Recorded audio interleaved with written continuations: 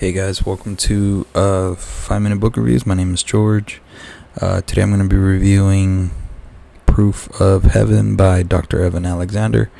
Man, looking at this book cover right now, I'm sorry about the sound and the quality and stuff. I'm working to fix all that. But yeah, looking at this book cover right now, man, let me see it once again. I'll just say it right now.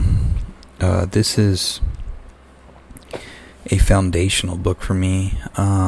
It's one of those probably top two. I can only think of one more book that really affected me as much as this book. Anyways, I read this book when I was 21, I think, or something like that. I think I was 21 years old. I was living in Houston at the time, and I'm gonna get personal with it. I'm gonna go ahead and get personal.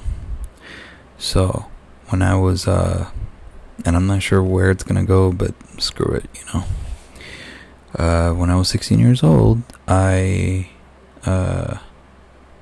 broke up with a girlfriend, and I really loved her. She was like my first love, and for about a week I became an atheist. Oh yeah, and I also saw this documentary called Zeitgeist at the time, and the documentary was fake and said a lot of lies, but I was 16 years old at the time, so I believed a lot of those, things that it said.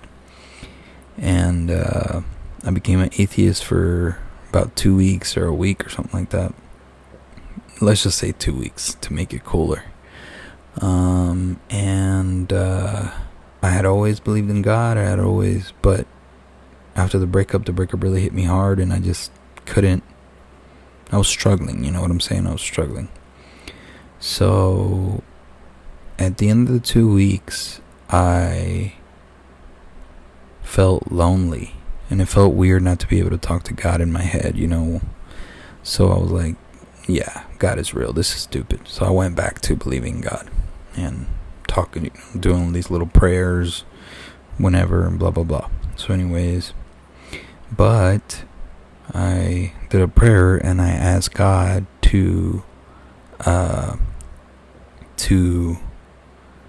I asked God for proof. And that's one thing about God, that he won't answer, he or she, gender, whatever. I don't want to, gotta be respectful with genders.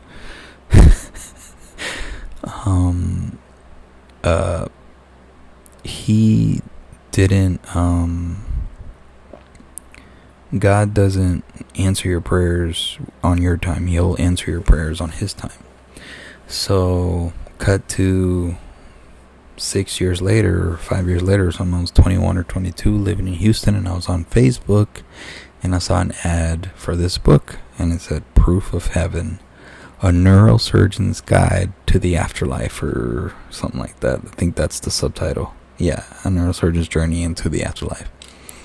And it was all about how this Harvard educated doctor, I think he taught at Harvard, or worked at Harvard Medical school, I don't know.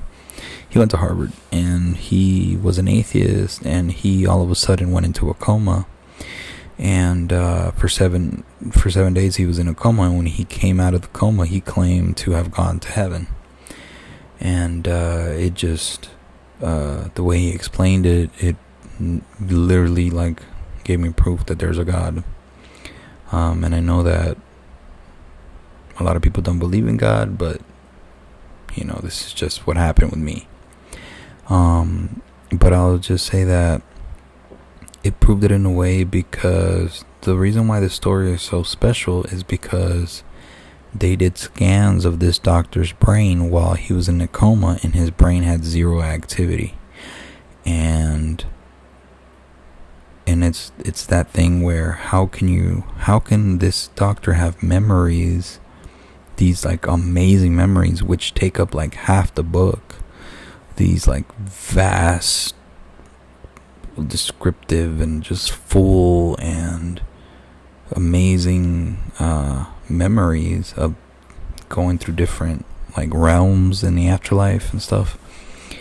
And these full memories, how could he have those if his brain was inactive, you know? And his story is different from other near-death experience stories, because 99.9 of other near-death experience stories, their brain is active. But his wasn't, because of his specific illness. He had bacterial meningitis, which is a bacteria that attacks your brain and shuts off your brain.